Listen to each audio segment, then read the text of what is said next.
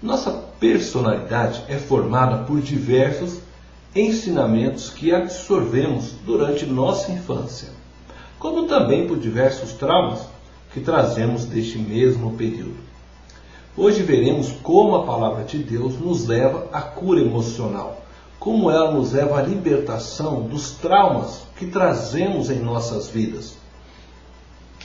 Muitas vezes, nós, os pregadores, damos aos ouvintes a enganosa ideia de que o novo nascimento e a plenitude do Espírito irão automaticamente resolver os problemas emocionais daqueles que se entregam a Jesus. Mas isso não é verdade. A grande experiência com Cristo, embora seja importante e de valor eterno, não constitui um atalho para a cura de nossos males mentais, isto é, a cura de nossas emoções. Não existe uma cura instantânea para nossos problemas de personalidade. Entretanto, devemos compreender que a aplicação da palavra de Deus em nossas vidas nos leva à cura de nossas emoções e, por meio desta, à cura de nossa personalidade.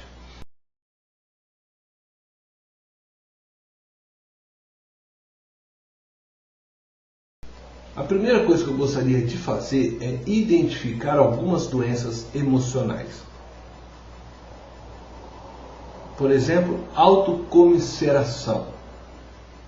É um profundo sentimento de desvalor, uma perene sensação de ansiedade, incapacidade e inferioridade, uma vozinha interior que vive a repetir: não presto para nada, nunca serei nada, ninguém pode gostar de mim, tudo o que faço dá errado.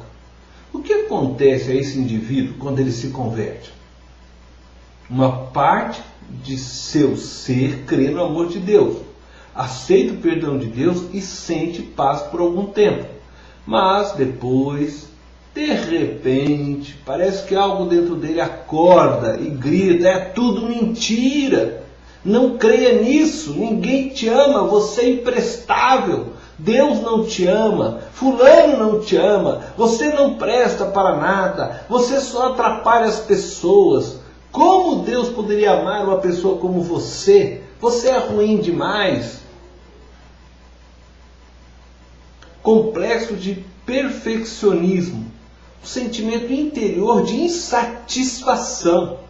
Este sentimento surge da necessidade de se tentar satisfazer a si mesmo ou a outros. Esse tipo de pessoa está sempre procurando algo para fazer, sempre lutando em busca da perfeição. No fundo, sempre lutando para satisfazer a si mesmo ou alguém. Normalmente, pessoas que possuem este complexo carregam consigo uma grande sensação de culpa. Quantos aqui não vivem assim? Tentando sempre receber louvores, receber palavras de aprovação, lutando para agradar a Deus e ao mundo. Acreditam que só sendo perfeitos poderão ser aceitos por Deus e pelos seus irmãos. Você já lutou para conquistar algo? Para tirar nota 10 e só conseguiu um 8? E depois ouviu de seus pais que a nota foi boa, mas que você poderia ter sido melhor? Aí você resolve ser melhor. Estuda, estuda, estuda, estuda, tira um 10. E seus pais dizem: a prova foi fácil, essa escola ajuda todo mundo. Que frustrante, né? Você passa no vestibular, aí dizem para você: nessa faculdade todo mundo passa, basta pagar. Este sentimento de frustração, ele é guardado no coração daquele que a ouve, e com o passar do tempo, ele passa a viver na tentativa de sempre satisfazer os que o cercam, na necessidade constante de receber palavras que confirmem seu bom trabalho. Estas pessoas se tornam prisioneiras da perfeição. O que acontece com esse indivíduo quando ele se converte? Ele vive tentando impressionar a Deus, está sempre querendo subir no conceito diante de Deus, mas se torna uma pessoa frustrada espiritualmente, pois percebe que nunca consegue chegar a Deus através de suas obras. E por mais que faça, sempre carrega o sentimento de culpa, dizendo: não foi o suficiente, não foi muito bom o que fez.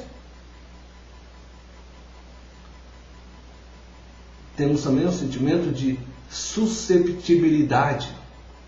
É quando a pessoa se ofende com muita facilidade. Esse tipo de trauma emocional se identifica nas pessoas que sofreram muitas mágoas. Pessoas que possuem sentimentos de rejeição, de abandono. Pessoas que desejaram o amor de alguém, a admiração e a afeição de outros, mas só receberam o contrário. Foram humilhadas, não tratadas com dignidade, com igualdade. Essas pessoas carregam profundas cicatrizes emocionais. Passam a ver coisas que os outros não veem. Sentem a realidade de uma forma que outros não sentem. As pessoas muito suscetíveis exigem muito agrado e, por mais atenção que lhe demos, esta nunca é suficiente. Em alguns casos, elas se tornam duras e insensíveis. Por terem sofrido tantas mágoas, se fecham e passam a tratar mal até os que procuram se aproximar.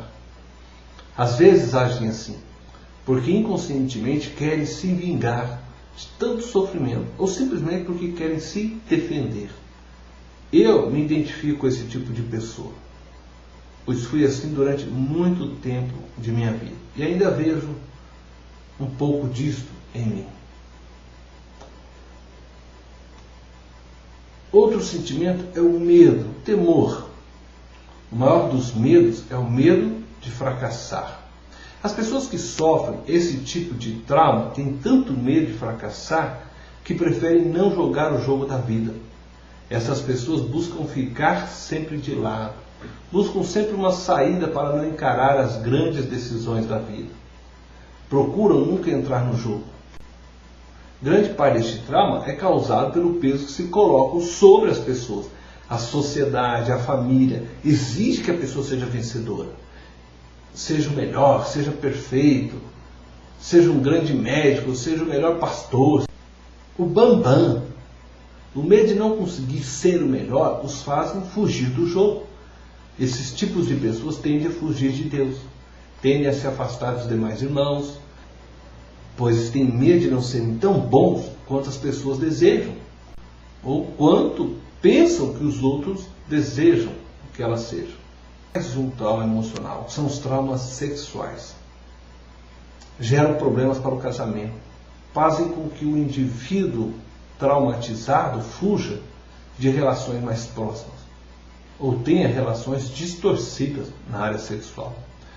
Grande parte das pessoas que se convertem trazem algum desses traumas emocionais. Algumas até mesmo podem ter vivenciado 2 ou 3 destes traumas emocionais. Estas pessoas, ao se converterem, ao ouvirem o Evangelho, recebem as boas novas, mas logo o inimigo faz com que suas emoções venham à tona. O velho eu foi morto, entretanto suas mentes continuam cheias das palavras do velho eu. Suas formas de ver o mundo, a cosmovisão que foi construída ao longo do tempo, continuam baseadas nas velhas informações contidas em suas mentes e emoções. Essas pessoas precisam ser lavadas pelo bálsamo de Gileade, pelas águas do Espírito, pela palavra de Deus.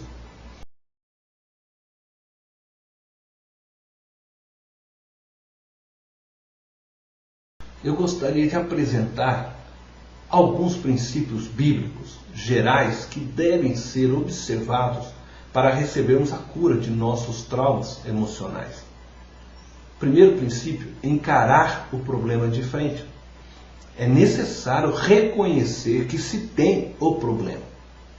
Com a ajuda de Deus, você pode encarar esta verdade. Para nos libertarmos do pecado, precisamos reconhecer que somos pecadores. Precisamos reconhecer o problema em nível do consciente. Fale dele para outra pessoa. A libertação começa quando temos a coragem de falarmos daquilo que nos fere. Isto é, encarar o problema de frente. Isso não significa sair falando seu problema a qualquer um, mas a uma pessoa responsável e que possa te ouvir, sem te julgar e condenar. Existem problemas que nunca serão solucionados enquanto não se falar dele para alguém. A Bíblia diz em Tiago, capítulo 5, 16, confessai, pois, os vossos pecados uns aos outros e orai uns pelos outros para serdes curados. O segundo princípio é perguntar a nós mesmos se desejamos realmente ser curados. Foi essa pergunta que Jesus dirigiu ao paralítico que estava enfermo havia 38 anos. No texto de João, capítulo 5, verso 6. Você deseja realmente ser curado? Ou só está querendo conversar sobre o seu problema? Não está querendo usar este problema para despertar a compaixão dos outros? Ao perguntarmos para nós mesmos se desejamos ser curados, estamos respondendo se estamos prontos para pagarmos o preço necessário para que o problema seja curado. Terceiro princípio, aceitar sua responsabilidade. Você poderá dizer, eu fui vítima, essa pessoa pecou contra mim, eu não tinha como me defender, eu era apenas uma criança. Possivelmente seja verdade. Mas e quanto à sua reação? E o que dizer do fato de você ter abrigado ressentimentos e ódio ou ter se recolhido ao mundo irreal para fugir do problema?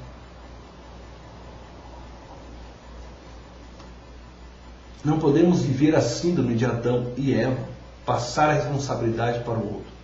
O que você fez durante anos para resolver o problema? Não podemos ficar apenas culpando outros. É necessário olharmos para nós mesmos. Se você deseja ser curado, é necessário estar pronto para assumir sua parcela de culpa no problema.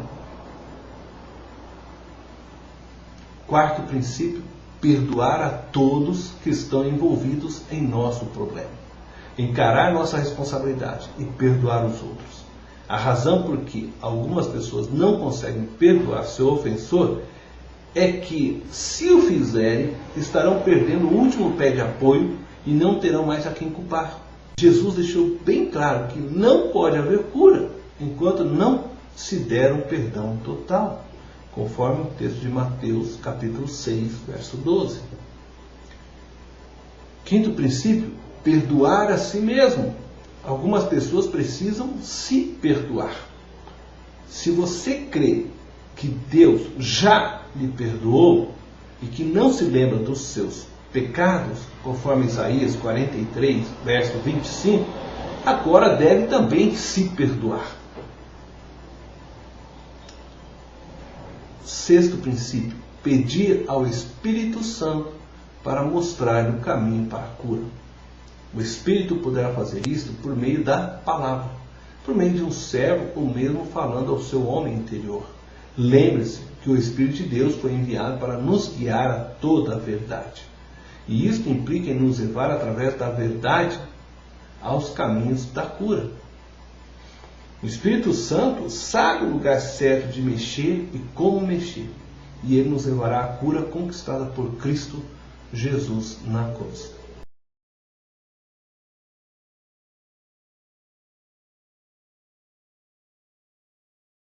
Jesus disse que recebeu do Pai a unção para curar os feridos de coração. Se o seu coração está ferido, confie em Jesus. Aceite a unção dele. Jesus quer restaurar seu coração. Deus te abençoe.